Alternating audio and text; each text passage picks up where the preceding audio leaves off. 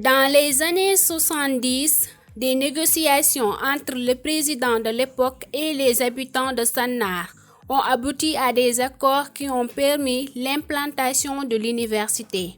Sur ce, voici un voyage dans le temps, à la découverte des racines de notre université. Tout commence en 1975.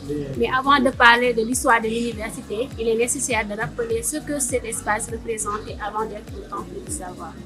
À la question de l'histoire, l'imam Mohamed Ouad nous plonge dans le fleuve de la connaissance. À ce qui concerne l'histoire de Sannar, où l'université a été instaurée, sa création, ainsi les négociations faites durant l'implantation. C'était une zone pleine d'arbres, où on trouvait des plantes qui s'appelaient Sannar, d'où l'origine du terme Sannar, comme village. Ce qui justifie la persistance des animaux dans cet espace. Créé vers les années 1875 par Birahim Daba Diop, un ancêtre originaire de Galène. Cet espace universitaire était occupé par les habitants de Djigop, actuel Sanapel, qui étaient obligés d'aménager après l'accord entre l'État et les notables du village. Ces négociations fusent leur source durant la première rencontre entre l'État et les villageois. Après l'entente, le président de l'époque, Léopold Sédar Senghor, posa la première pierre en 1976. Début d'un projet ambitieux, ici à Saint-Louis. Accompagné du président congolais de l'époque, Mariane Ngouabi.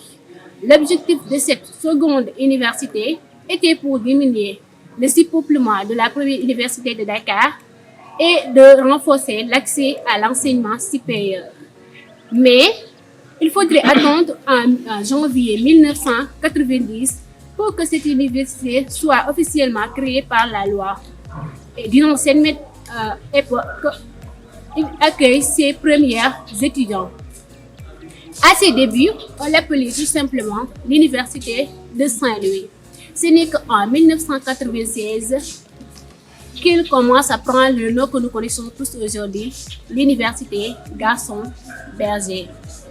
En hommage à un grand penseur franco-sénégalais né d'ici à Saint-Louis, Gaston Berger, le père du célèbre chorégraphe Maurice Béjart. Depuis lors, cette université ne cesse d'évoluer. L'université Gaston Berger de Saint-Louis, comme dans bien d'autres établissements universitaires, l'attention est généralement portée sur les enseignants, les étudiants, considérés comme les principaux acteurs du système. Pourtant, il existe une catégorie de personnes qui, bien que souvent marginalisées et peu visibles, jouent un rôle crucial dans le bon fonctionnement de l'université. Il s'agit notamment des agents de soutien, du personnel technique et administratif ou encore des agents de sécurité. Ces individus, souvent perçus comme invisibles, sont pourtant essentiels. Dans le cadre d'une enquête de terrain, nous avons cherché à mieux comprendre leur quotidien, leur rôle, leur contribution à la vie universitaire. Notre étude prend comme point de départ l'Université Gaston Berger de Saint-Louis, mais s'inscrit également dans une réflexion plus large. Nous avons ainsi exploré les trajectoires et les récits de plusieurs agents, dont ceux du groupe Machallah, des membres du PAST, ainsi que des agents de sécurité 911, des agents de Sonatel. Nous avons également rencontré des responsables des restaurants universitaires qui ont joué un rôle clé dans la vie des étudiants. Ici, à l'Université Gaston Berger de Saint-Louis, plusieurs catégories de personnel jouent un rôle fondamental, mais restent souvent dans l'ombre. Ces corps invisibles, à savoir les agents de sécurité, les personnels des restaurants, assurent la sécurité, la stabilité et le bon fonctionnement sans pour autant bénéficier d'une reconnaissance de leur contribution. Du côté des agents de sécurité de la Société 911, affectés au campus pédagogique, beaucoup de problèmes sont soulevés. Ils dénoncent également le non-respect des règles par certaines taximans et certaines autorités universitaires. Ainsi, le travail est rendu difficile par la multiplication des portes, ainsi que la présence de tout dans les murs par lesquels les professeurs et même des étudiants passent.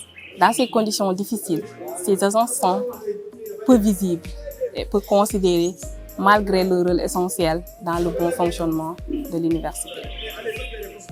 Quant au personnel des restaurants universitaires, il souligne qu'il existe une hiérarchie interne avec à la tête un chef de service des deux restaurants, M. Baldé.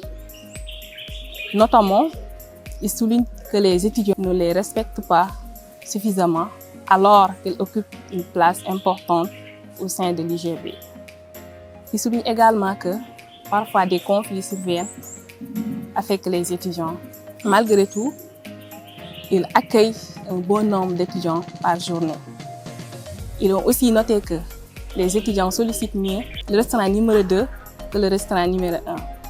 La société du groupement Sala est une entreprise chargée de veiller à la propreté du campus pédagogique. Cependant, d'après certains témoignages de ces travailleurs, leur rôle reste méconnu à la communauté universitaire. Ainsi, il affirme qu'elle démarre le travaux très tôt le matin, bien avant l'arrivée des étudiants, en assurant un environnement propre et sain pour tous. Le PATS.